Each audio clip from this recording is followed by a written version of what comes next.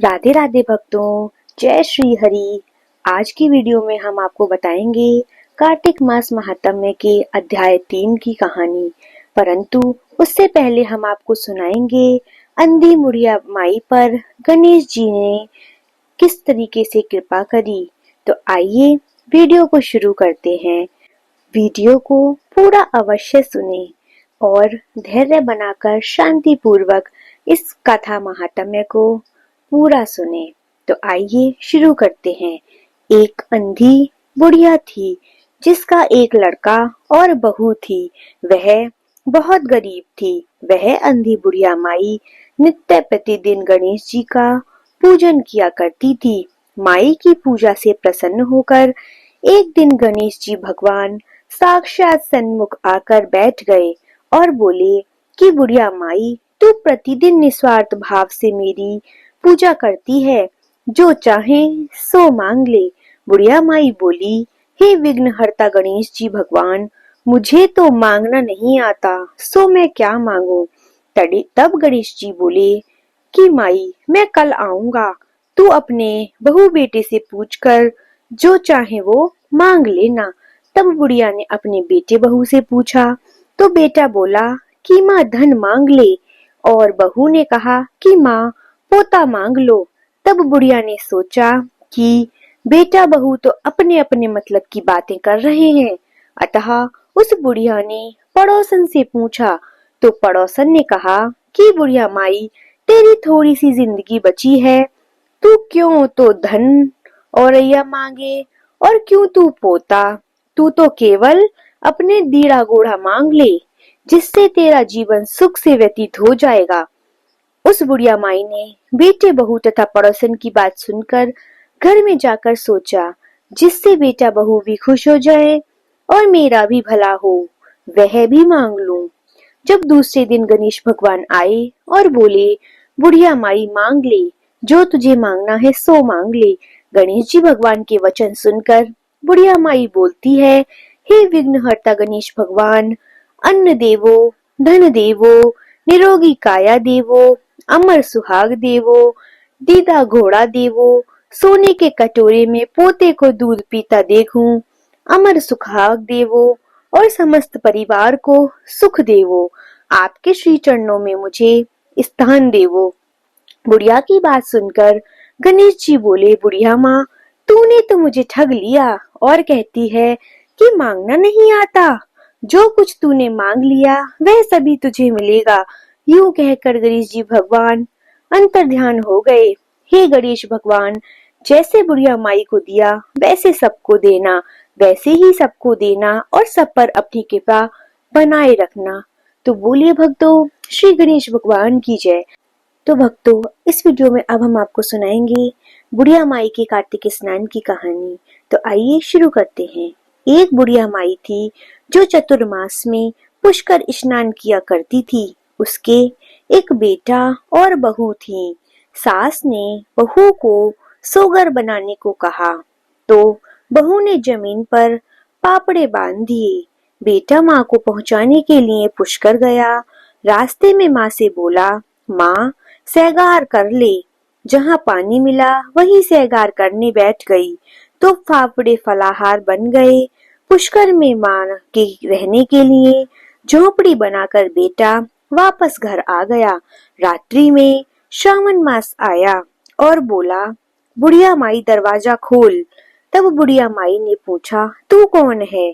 मैं श्रावण। बुढ़िया ने तुरंत दरवाजा खोल दिया। बुढ़िया ने शिव पार्वती की पूजा अर्चना की, बेलपत्र से अभिषेक किया। जाते समय श्रावण ने झोपड़ी के लात मारी। झोपड़ी की एक दीवार सोने की हो गई। फिर भादो मास आया। उसने भी दरवाजा खोलने को कहा। बुढ़िया ने दरवाजा खोला। सत्तू बनाकर कजरी तीज मनाई। भादों की लात मार गया तो वह दूसरी दीवार हीरे की हो गई। उसके बाद अश्विन मास आया और उसने भी दरवाजा खोलने को कहा। बुढ़िया ने दरवाजा खोला। पितरों का तर्पण कर ब्राह्मण भोज कर श्राद्ध किया। नवरात्रि में माँ दुर्गा को अखंड ज्योति जलाकर प्रसन्न किया। सत्य की विजय दिवस के रूप में बुराई का अंत की खुशी में दशहरा मनाया। अश्विन मास ने लात मारी और तीसरी दीवार भी बहुमूल्य रत्नों से जड़ित हो गई। इन सब के बाद कार्तिक मास आया। उसने भी दरवाजा खोलने को कहा। बुढ़िया ने दरवाजा खोला। अति प्रसन्न मन से कार्तिक स्नान किया, दीपदान कर दिवाली, गोवर्धन पूजा, भाइया दूज, आंवला नवमी मनाई। कार्तिक मास ने जाते समय लात मारी तो झोंपड़ी के स्थान पर महल बन गया। बुढ़िया तन मन धन से गरीबों की सेवा कर भजन कीर्तन में अपना समय व्यतीत करने लगी। बेटा अपनी माँ को लेने आया तो माँ और झोपड़ी को पहचान ना सका, तो पड़ोसियों से पूछा। उन्होंने बताया तो बेटा माँ के चरणों में गिरकर बोला, माँ घर चलो। सारे सामान के साथ घर ले आया। सास के ठाठ देखकर बहू के मन में लालच आ गया और उसने अपनी माँ को भी पुष्कर छोड़कर आने को कहा, तो उसका पति अपनी सास को भी छोड़ आया। वहां सास 4 समय भोजन करती और दिन भर सोती। चारों मास आए और चले गए। जाते जाते झोपड़ी को लात मारी तो झोपड़ी गिर गई। बहू की माँ गधी की योनि में चली गई, क्योंकि औरत लक्ष्मी का रूप है और उसे लक्ष्मी की तरह चंचल होना चाहिए। भगवान की पूजा और अतिथि का सामन करना चाहिए। चौमासे के बाद बहू ने कहा, अब माँ को ले आओ। जब जवाई सास को लेने गया तो कहीं ना मिली। लोगों से पूछने पर लोगों ने बताया कि तेरी सास धर्म कर्म कुछ न करती थी, खाती थी और सो जाती थी, जिससे वह गधी बन गई। जवाई गधी सास को बांधकर घर ले आया। उसकी पत्नी ने पूछा, मेरी माँ कहाँ है? तब पति ने कहा, तेरे लालच की वजह से तेरी माँ तो गधी बन गई। बड़े बड़े विद्वानों, ब्राह्मण, ऋषि मुनियों से पूछने पर उन्होंने बताया कि तेरी सास के स्नान किए पानी से स्नान करने पर उसे मनुष्य योनि मिलेगी। तब बहू ने ऐसा ही किया और उसकी माँ पुनः मनुष्य योनि में आ गई। तो भगवान जैसा उस बुढ़ी माई की सच्ची श्रद्धा को देखकर भगवान उस पे प्रसन्न हुए। कार्तिक मास की सेवा से भगवान ने उसकी झोपड़ी को महलों में बदल दिया। इसी तरीके से आप भी कार्तिक मास में अपने पुण्य कर्मों से अपने कर्मों को बदल सकते हैं। तो जैसे भगवान ने बुढ़िया माई को किया, वैसे हुंकारा भरते सुनते इस कहानी को सबको भगवान पे अपनी कृपा दृष्टि बनाए रखें। तो बोलिए जय जय श्री हरि, जय श्री हरि। तो भक्तों, अब हम शुरू करते हैं कार्तिक मास महात्म्य का तीसरा अध्याय। श्री कृष्ण भगवान के चरणों में शीश झुकाओ, श्रद्धा भाव से पूजा करो, मन वांछित फल पाओ। सत्यभामा ने कहा, हे प्रभु, आप तो सभी काल में व्यापक हैं और सभी काल आपके आगे एक समान है। फिर यह कार्तिक मास ही सभी मासों में श्रेष्ठ क्यों है? आप सब तिथियों में एकादशी और सभी मासों में कार्तिक स्नान को ही अपना प्रिय क्यों बताते हैं? इसका कारण बताइए। भगवान श्री कृष्ण ने कहा, हे भामिनी, तुमने मुझसे बहुत ही अच्छा प्रश्न किया है। मैं तुम्हें उसका उत्तर देता हूँ। ध्यान पूर्वक सुनो। इसी प्रकार एक बार महाराज बेन के पुत्र राजा पृथु ने प्रश्न के उत्तर में देवाऋषि नारद से प्रश्न किया था और जिसका उत्तर देते हुए नारद जी ने उसे कार्तिक मास की महिमा बताते हुए कहा, हे राजन, एक समय शंख नामक का एक राक्षस बहुत बलवान एवं अत्याचारी हो गया था। उसके अत्याचारों से तीनों लोकों में त्राही त्राही मच गई थी। उस शंखासुर ने स्वर्ग में निवास करने वाले देवताओं पर विजय प्राप्त कर इंद्रादि देवाओं एवं लोकपालों के अधिकारों को छीन लिया था। उससे भयभीत होकर समस्त देवता अपने परिवार के सदस्यों के साथ सुमेरु पर्वत की गुफाओं में बहुत दिनों तक छिपे रहे। तत्पश्चात वे निश्चित होकर सुमेरु पर्वत की गुफाओं में ही रहने लगे। उधर जब शंखासुर को इस बात का पता चला कि देवता अनंत पूर्वक सुमेरु पर्वत की गुफाओं में निवास कर रहे हैं, तो उसने सोचा कि ऐसी कोई दिव्य शक्ति अवश्य है जिसके प्रभाव से अधिकारहीन यह देवता अभी भी बलवान है। सोचते सोचते वह इस निर्णय पर पहुंचा कि वेद मंत्रों के बल के कारण ही देवता बलवान हो रहे हैं। यदि इनके वेद छीन लिए जाएं, तो वे बलहीन हो जाएंगे। ऐसा विचार कर शंखासुर ब्रह्मा जी के सत्यलोक से शीघ्र ही वेदों को हर लाया। उसके द्वारा ले आए जाते हुए भय से उसके चंगुल से निकल भागे और जल में समा गए। शंखासुर ने वेद मंत्रों तथा बीज मंत्रों को ढूंढते हुए सागर में प्रवेश किया, परंतु ना तो उसको वेद मंत्र मिले और ना ही बीज मंत्र। जब शंखासुर सागर से निराश होकर वापस लौटा, तो उस समय ब्रह्मा जी की पूजा सामग्री लेकर सभी देवताओं के साथ भगवान विष्णु की शरण में पहुंचे और भगवान को गहरी निद्रा से जगाने के लिए गाने बजाने लगे और धूप गंध आदि से बारंबार उनका पूजन करने लगे। धूप दीप नैवेद्य आदि अर्पित किए जाने पर भगवान की निद्रा टूटी और वह देवताओं सहित ब्रह्मा जी को अपना पूजन करते हुए देखकर बहुत प्रसन्न हुए तथा कहने लगे, मैं आप लोगों को इस कीर्तन व मंगलाचरण से बहुत प्रसन्न हूँ। आप अपना अभीष्ट वरदान मांगिए, मैं अवश्य ही प्रदान करूंगा। जो मनुष्य अश्विन शुक्ल की एकादशी को देवोत्थान एकादशी तक ब्रह्म मुहूर्त में उठकर मेरी पूजा करेंगे, उन्हें तुम्हारी ही भांति मेरे प्रसन्न होने के कारण सुख की प्राप्ति होगी। आप लोग जो पाद्य अर्थ आचमन और जल आदि सामग्री मेरे लिए लाए हैं, वे अनंत गुणों वाली होकर आपका कल्याण करेगी। शंखासुर द्वारा हरे हारे गए संपूर्ण वेद जल में स्थित हैं। मैं सागर पुत्र शंखासुर का वध करके उन वेदों को अभी लाए देता हूँ। आज से बीज मंत्र और वेदों सहित मैं प्रतिवर्ष कार्तिक मास में जल में विश्राम किया करूंगा।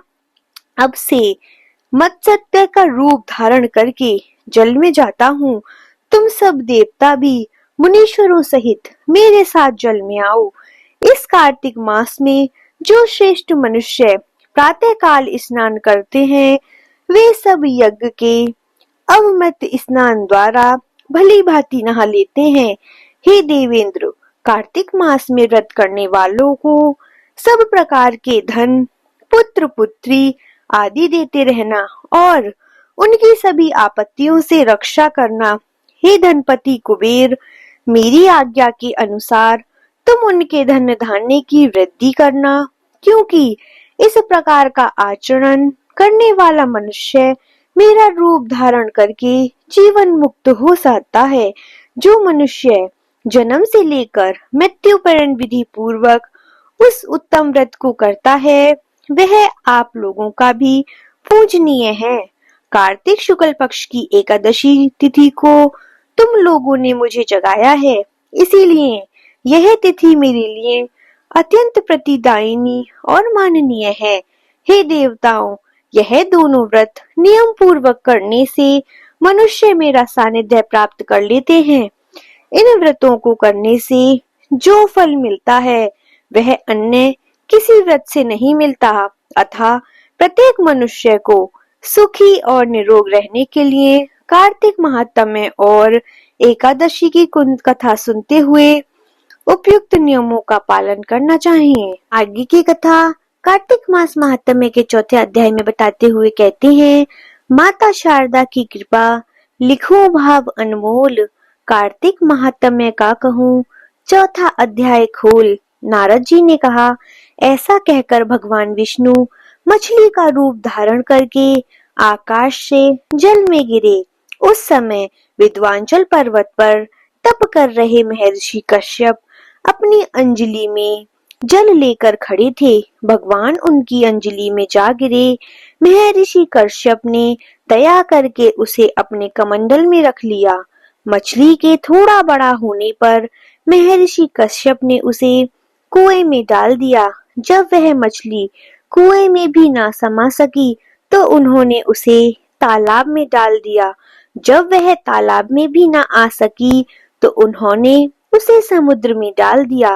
वह मछली वहां भी बढ़ने लगी। फिर मत्यंतर रूपी भगवान विष्णु ने इस शंखासुर का वध किया और शंखासुर को हाथ में लेकर बद्रीवन में आ गए। वहां उन्होंने संपूर्ण ऋषियों को बुलाकर इस प्रकार आदेश दिया, मुनीश्वरों, तुम जल के भीतर बिखरे हुए वेद मंत्रों को खोज करो और जितनी जल्दी हो सके उन्हें सागर के जल से बाहर निकाल आओ। तब तक मैं देवताओं के साथ प्रयाग में ठहरता हूँ। तब उन तपोबल संपन्न महर्षियों ने यज्ञ और बीजों सहित संपूर्ण वेद मंत्रों का उद्धार किया। उनमें से जितने मंत्र जिस ऋषि के उपलब्ध किए वही उन बीज मंत्रों का उस दिन से ऋषि माना जाना लगा। तदंतर सब ऋषि एकत्र होकर प्रयाग में गए। वहां उन्होंने ब्रह्मा जी सहित भगवान विष्णु को उपलब्ध हुए सभी वेद मंत्र समर्पित कर दिए। सब वेदों को पाकर ब्रह्मा जी बहुत प्रसन्न हुए। उन्होंने देवताओं और ऋषियों के साथ प्रयाग में अश्वमेध यज्ञ किया। यज्ञ समाप्त होने पर सब देवताओं ने भगवान से निवेदन किया, देवादिदेव जगन्नाथ, इस स्थान पर ब्रह्मा जी ने खोए हुए वेदों को पुनः प्राप्त किया है और हमने भी यहाँ आपके प्रसाद से यज्ञ भाग पाए हैं। अतः यह स्थान पृथ्वी पर सबसे श्रेष्ठ पुण्य की वृद्धि करने वाला एवं भोग तथा मोक्ष प्रदान करने वाला हो। साथ ही यह समय भी महापुण्यमय और ब्रह्मघाती आदि महापापियों की भी शुद्धि करने वाला हो तथा यह स्थान यहाँ दिए हुए दान को अक्षय बना देने वाला भी हो। यह वर दीजिए। भगवान विष्णु बोले, देवताओं, तुमने जो कुछ कहा है वह मुझे स्वीकार है। तुम्हारी इच्छा पूर्ण हो। आज से यह स्थान ब्रह्म क्षेत्र के नाम से प्रसिद्ध होगा। सूर्य वंश में उत्पन्न राजा भागीरथ यहाँ गंगा को ले आएंगे और यहाँ सूर्य कन्या यमुना से मिलेगी। ब्रह्मा जी और तुम सब देवता मेरे साथ यहाँ निवास करो। आज से यह तीर्थ तीर्थराज के नाम से विख्यात होगा। तीर्थराज के दर्शन से तत्काल सब पाप नष्ट हो जाएंगे। जब सूर्य मकर राशि में स्थित होंगे उस समय यहाँ स्नान करने वाले मनुष्य के सब पापों का यह तीर्थ नाश करेगा। यह काल भी मनुष्य के लिए सदा महान पुण्य फल देने वाला होगा। माघ में सूर्य की मकर राशि में स्थित होने पर यहाँ पर स्नान करने से सालोक्य आदि फल प्राप्त होंगे। देवादिदेव भगवान विष्णु देवताओं से ऐसा कहकर ब्रह्मा जी के साथ वहीं अंतर्ध्यान हो गए। तत्पश्चात इंद्रादि देवता भी अपने अंश से प्रयाग में रहते हुए वहां से अंतर्ध्यान हो गए। तो जो मनुष्य कार्तिक में तुलसी जी की जड़ के समीप श्री हरि का पूजन करता है वह इस लोक में संपूर्ण भोगों का उपभोग करके अंत में वैकुंठ धाम को जाता है। तो भक्तों, आज का अध्याय यहीं पे संपूर्ण होता है। हम इसके आगे का अध्याय लेके कल सुबह आपके लिए वीडियो अपलोड करेंगे। तो आशा करते हैं आपने इस वीडियो को ध्यानपूर्वक सुना होगा और समझा होगा। तो हम कल आपके लिए दूसरी कथा का लेके आएंगे और इसके आगे के अध्यायों को शुरू करेंगे। तो भगवान हरि की कृपा आप सब पर बनी रहे। माता तुलसी आपके घर आंगन में ऐसी हरी भरी लहराती रहे और आपकी भगिया को महकाती रहे। तो इसी के साथ आपका दिन मंगलमय और शुभ हो।